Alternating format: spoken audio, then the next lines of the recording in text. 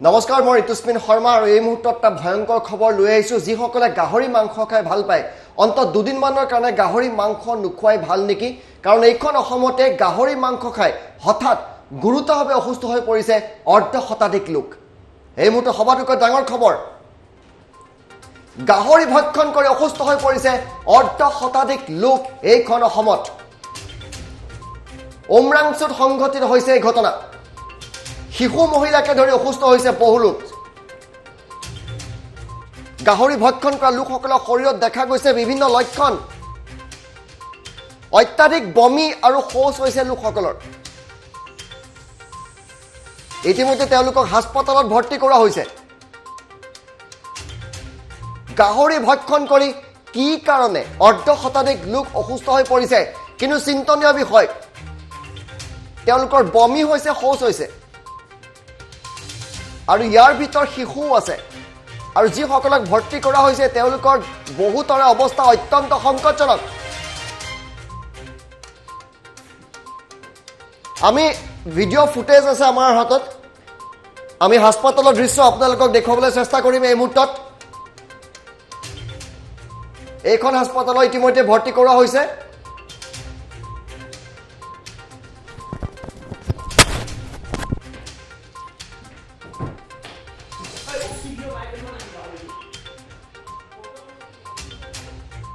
ইতিমধ্যে এইখন হাস্পতালত যথেষ্ট সংখ্যক লোকক এতিয়া ভৰ্তি কৰা হৈছে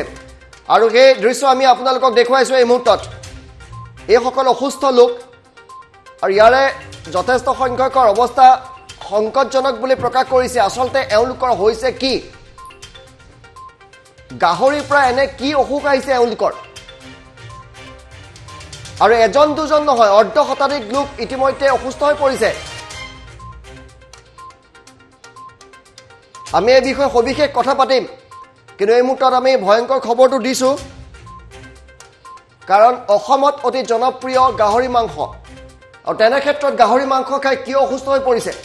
কাৰ্যবাহী সম্পাদক জ্যোতিদীপ বৈশ্য মোৰ সৈতে আছে কি হ'ব পাৰে জ্যোতিদীপ বৈশ্য আৰু ক'ত এই ঘটনা হৈছে আপুনি যদি বুজাই দিয়ে হয় ঋতুস্মিন এই কথা আমি জনাম কিন্তু আমাৰ লগত দুটামান মন্তব্য আছে যিসকল লোক অসুস্থ হৈছিলে তেওঁলোকৰ পৰিয়ালৰ যদি পিচিআৰ টিমে সেই মন্তব্যকেইটা লাভ কৰিছে আমি সেই মন্তব্যকেইটা প্ৰথমতে দেখুৱাই ল'ব বিচাৰিম তেওঁলোকে স্পষ্টভাৱে কৈছে যে গাহৰি মাংস খোৱাৰ ফলত কি এক পৰিৱেশৰ সূচনা হৈছে गाहरी मांस खाई के इससे बीमार मिला क्या मांस गाहरी मांस खाई के हाँ बीमार ने ना क्या मुझे लिया पीजी लिया सब खाया 4 आदमी को बीमार मिला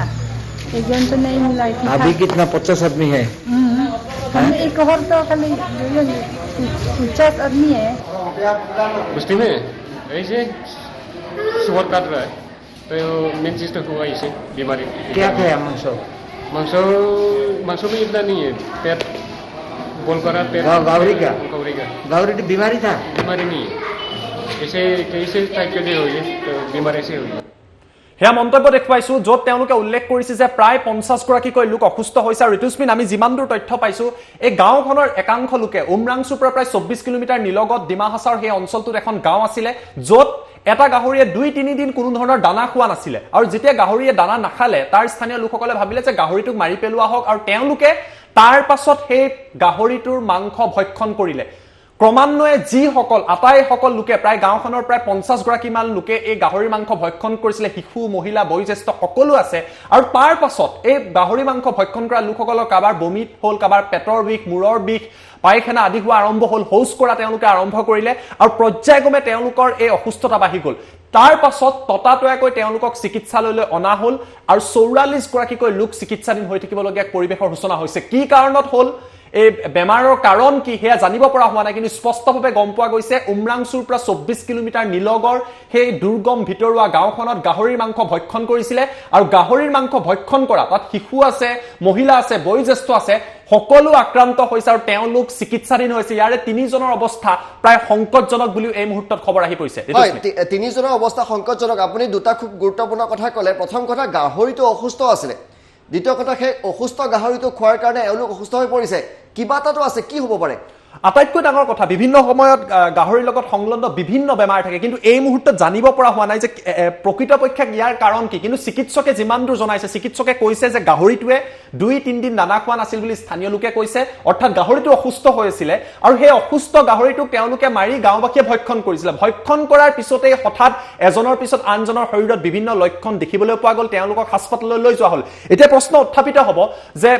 কি কাৰণত এনেকুৱা হৈছে আমি জানো গাহৰিৰ মাংসৰ ফলত বিভিন্ন বেমাৰ বিশ্বৰ বিভিন্ন প্ৰান্তত হৈ আছে হেয়া লাগিলে সোয়াইন ফ্লুৱে হওক বা অন্যান্য বেমাৰে হওক কিন্তু এয়া সোয়াইন ফ্লু নে কি এই মুহূৰ্তত কৈ দিব নোৱাৰি তাৰ বাবে চিকিৎসকৰ দল যাব লাগিব তদন্ত কৰিব লাগিব আৰু কেৱল হেতু গাহৰি এটাত অসুস্থ হৈছে নে আন গাহৰিলৈ বিয়পি পৰিছে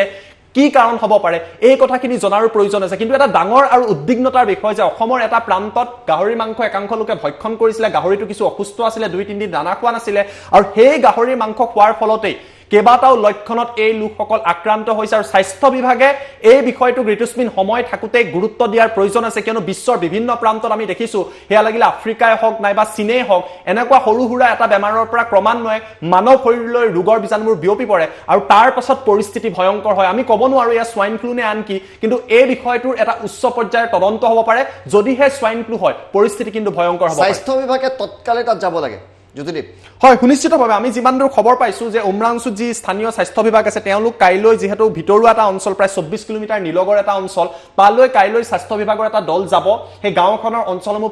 তেওঁলোকে পৰ্যবেক্ষণ কৰিব আৰু তাৰ লগতে আৰু এটা বিষয় হয়তো পৰ্যবেক্ষণ তেওঁলোকে কৰিব আমি যিমান দূৰ গম পাইছো কেৱল সেই গাহৰিটোৱে অসুস্থ হৈছিল নে আন তাৰ কাষত থকা আন গাহৰিসমূহো অসুস্থ হৈছে ঋতুস্মিন এই কথাটো এই কাৰণে গুৰুত্ব যে অসমত যথেষ্ট সংখ্যক লোকে গাহৰি মাংস ভক্ষণ কৰে গাহৰি মাংস যথেষ্ট প্ৰিয় ইয়াৰ চাহিদা আছে কিন্তু কিবা কাৰণত যদি এনেকুৱা কোনো ৰোগ আহিছে কাৰণ এজন দুজন ইয়াত অসুস্থ হোৱা নাই সেই গাহৰি ভক্ষণ কৰা 47 গৰাকীকৈ লোক অসুস্থ হৈছে তাত শিশু মহিলা বৃদ্ধ সকলো আছে গতিকে সময় থাকুতে স্বাস্থ্য বিভাগে ব্যৱস্থা ল'ব লাগে অন্যথা পৰিস্থিতি হয়তো ভয়ংকৰ হ'ব পাৰে হয় আমি যেটো দৃশ্য দেখুৱাইছো জ্যোতিদীপ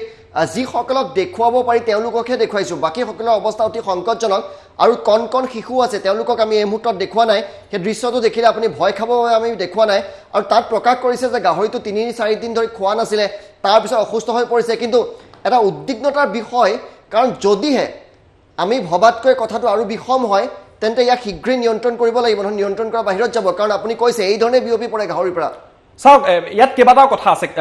সোয়াইন ফ্লু সাধাৰণতে মানুহৰ শৰীৰত বিয়পে গাহৰিৰ পৰা মানুহৰ শৰীৰত বিয়পে বুলি বিশ্ব স্বাস্থ্য সংস্থা বা আন বিভিন্ন সংস্থাই কৈছে কিন্তু কেৱল সোয়াইন ফ্লু নহ'ব পাৰে আন বেমাৰো হ'ব পাৰে এজন দুজন কেতিয়াবা অসুস্থ হলে আপুনি ক'ব পাৰে হয়তো ফুড পয়জনিং হৈছিল বা কিবা হৈছিল যেতিয়া প্ৰায় অৰ্ধ শতাধিক লোক হঠাৎ অসুস্থ হৈ পৰিব মাংস ভক্ষণ কৰাৰ পিছতেই কৰবাত নহয় কৰবাত এই প্ৰশ্নটো আহিব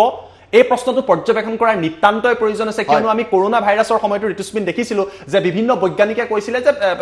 ফুড ৱেট মাৰ্কেটৰ পৰা বিয়পিছিলে গতিকে সময় থাকুতে যেহেতু গম পোৱা গৈছে যে এটা গাহৰি তেওঁলোকে ভক্ষণ কৰিলে 47 গৰাকীকৈ লোক অসুস্থ হ'ল তাত বিভিন্ন বয়সৰ লোক আছে তেওঁলোকৰ বিভিন্ন লক্ষণ পেটৰ বিষ মূৰৰ বিষ বমি হৈছে পায়খানা হৈছে গতিকে এই বিষয়টো তৎকালীনভাৱে দ্ৰুত গতিত তদন্ত কৰিব লাগে অন্যথা যদি আমি আশা কৰিছো কোনো ধৰণৰ বেমাৰ নহওক কিন্তু যদি হৈছে আৰু তাৰ পৰা যদি আন গাহৰিলৈ বিয়পে বা আন মানুহলৈ বিয়পে পৰিস্থিতি অধিক ভয়ংকৰ হ'ব পাৰে হয় ধন্যবাদ জনাইছো এই মুহূৰ্তত আমি আমাৰ হাতত একজেক্ট ফিগাৰটো আহিছে 47 গৰাকী লোক 47 গৰাকীকৈ লোক ইতিমধ্যে আক্ৰান্ত হৈছে উমৰাংচুত গাহৰি খোৱাৰ পিছত আৰু এইটো খুব এটা ভয় লগা খবৰ গাহৰি মাংস খোৱা যিসকলে গাহৰি মাংস খাইছিল আটাইসকল অসুস্থ হৈছে ইয়াৰ কেইবাজনৰ অৱস্থা সংকটজনক বুলি চিকিৎসকে জনাইছে